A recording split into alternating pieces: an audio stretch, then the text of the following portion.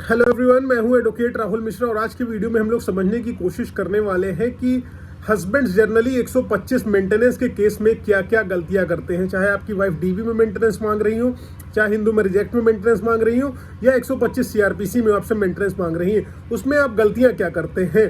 देखिए, जैसे ही वाइफ जो है हस्बैंड के ऊपर केस करती है तो उनको कोर्ट के थ्रू नोटिस तामील किया जाता है। ऐसे में क्या करते हैं, हस्बैंड जो है वो नोटिस को रिसीव नहीं करते हैं। बार बार सम्मन आने के बाद भी वो रिसीव नहीं करते नोटिस को, केस को सीरियसली नहीं लेते। और सम्मन रिसीव अगर वो कर लेते हैं, सम्मन रिसीव करने के बाद भी वो फिक्स डेट पर जाते नहीं है, ना ही एडवोकेट हायर करते हैं। तो ऐसे में आखिरकार होगा क्या।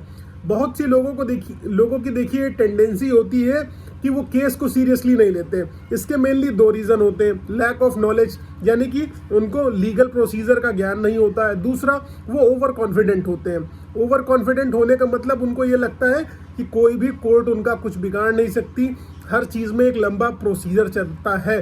पर हस्बैंड को समझ बाद में आता है कि उनके इस कृत्य ने उनके पैरों पर खुद कुल्हाड़ी मार दी है, यानी कि हस्बैंड के इस एक्ट की वजह से उसके पैर पर खुद कुल्हाड़ी पड़ गई है। वो शॉर्ट टर्म गेन के चक्कर में लॉन्ग टर्म लॉस करा लेते हैं। यानी कि बहुत सारे लोग कहते हैं कि सम्मन आए तो रिसीव मत करो, जाओ मत।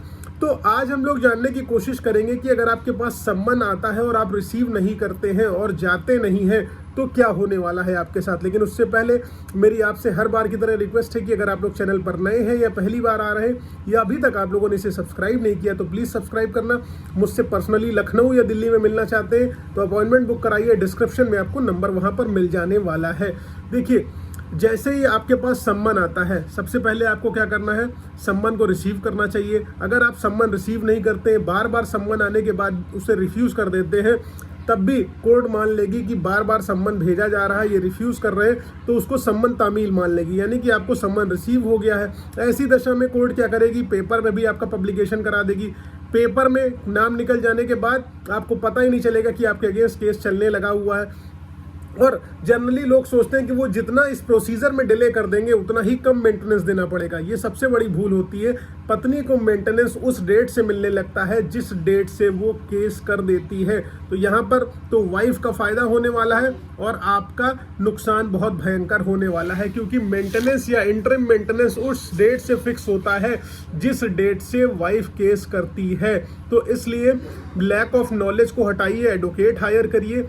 इस तरीके से देखिए क्या होता है कि जैसे मान लीजिए फिक्स डेट पर आपको बुलाया गया है, आप कोर्ट नहीं जाते हैं, और तो ये जरूरी नहीं है कि आप जो है हर बार कोर्ट अपीयर होइए खुद ही। आप अपने एडवोकेट के बिहाफ पर अपीयर हो सकते हैं, किसी और के बिहाफ पर अपीयर हो सकते हैं। एक डेट में तो कम से कम आपका काम चल जाएगा।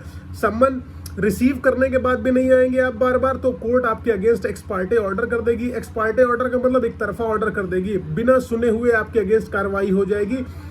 पत्नी को इंटरम मेंटेनेंस मिलने लगेगा, कोर्ट जो है या फिक्स मेंटेनेंस दे देगी और वो आपकी बात सुनेगी नहीं। कोई भी प्रोसीजर आपके फेवर में फॉलो नहीं होगा, आपके लिए प्रॉब्लमेटिक सिचुएशन खड़ी हो जाने वाली होगी।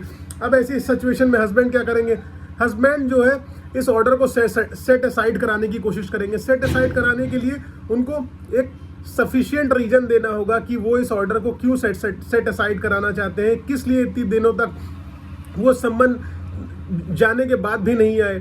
और जनरली क्या होता है कि ऐसे में हस्बैंड के लिए वो बहुत डिफिकल्ट हो जाता है, वो इस चीज़ को प्रूव करने में सक्षम हो जाते हैं कि वो आखिरकार आए क्यों नहीं। कोर्ट मान लीजिए उनकी सेट असाइड की एप्लीकेशन वो दाखिल करते हैं, तो सेट असाइड की वो एप्लीकेशन दाखिल करते हैं तो कोर्ट कहती है कि पहले जितना इंटरिम मेंटेनेंस उसका हमने बांधा हुआ है, जितना एरियर उसका पेंडिंग है, उसको पहले आप पे कीजिए, फिर हम आपकी सेट असाइड की एप्लीकेशन को सुनेंगे। और ऐसे में क्या होगा, आपका एरियर बढ़ता चला जाएगा, यानी कि ड्यू अमाउंट जो भी कोर्ट ने फिक्स किया हुआ है एक सर्टेन डेट से आपकी वाइफ को देने के लिए, वो बढ़ता चला जाएगा और आपके लिए प्रॉब्लम हो जाएगी।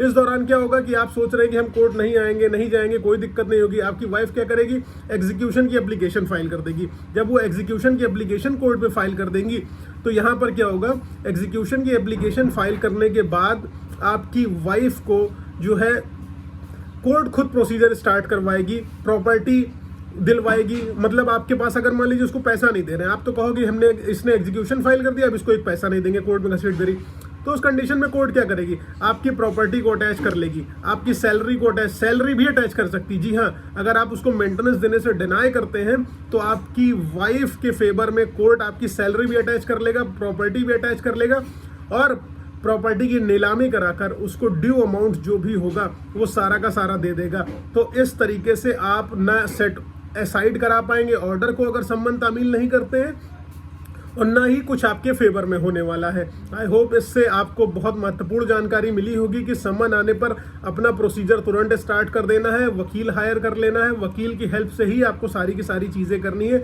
बिना एडवोकेट को एंगेज किए हुए आप इसमें कुछ भी नहीं कर पाएंगे। बाकी बहुत सारे लोग एक्स्ट्रा ऑर्डिनरी, एक्स्ट्रा टैलेंटेड है, वो अपना केस खुद लड़ते हैं, उनकी बात अलग है, लेकिन जनरली विदाउट एन एडवोकेट, बिना प्रोफेशनल के आपको कुछ भी इससे रिजल्ट मिलने वाला नहीं है।